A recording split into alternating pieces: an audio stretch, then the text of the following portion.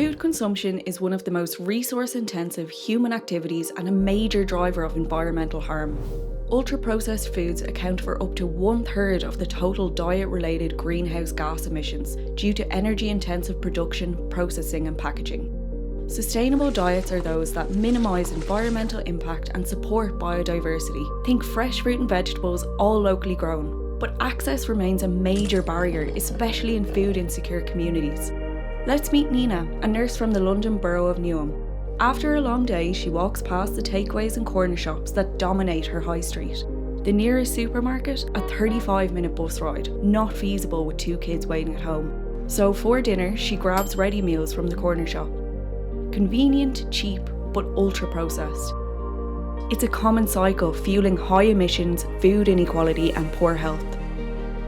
Now imagine a different version of Nina's day. After work, she walks past a repurposed warehouse, now a food hub, and picks up a box of fresh, local produce. Dinner is fresh, nutritious, and the shorter supply chain cuts carbon emissions and costs. She didn't choose it for sustainability, but rather for the convenience. It's better for the planet, her community, and her family. But how do we make this a reality? Well, the alternative is possible, but it starts with access. We need to create local, reliable access points where people in food insecure areas can easily get fresh produce, and that's what our solution is all about. We plan to repurpose underused urban spaces into community food hubs, connecting residents, growers, and grassroots food groups.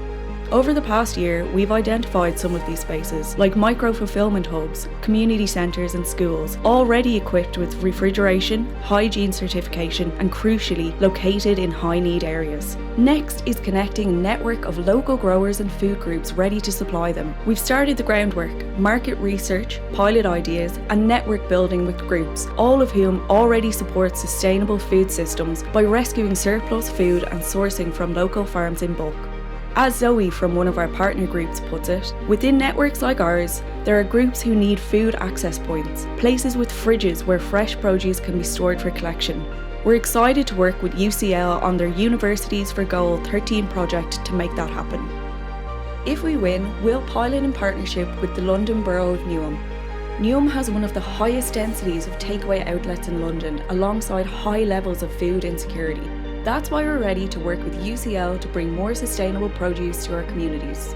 From there, we'll scale. With further funding, we'll go from one borough to cities around the world. Our solution supports 7 SDGs directly and impacts 8 more indirectly. It cuts emissions, reduces food waste, improves health and strengthens local economies. In places like Nina's neighbourhood, ultra-processed food is everywhere, so it often becomes the go-to choice. But this convenience comes at a cost, to the planet and to our health. With this ambitious project, we aim to make sustainable produce just as visible, accessible and affordable, while empowering communities and transforming food deserts into thriving green food hubs. Let's build a fairer, healthier, more sustainable future from the ground up.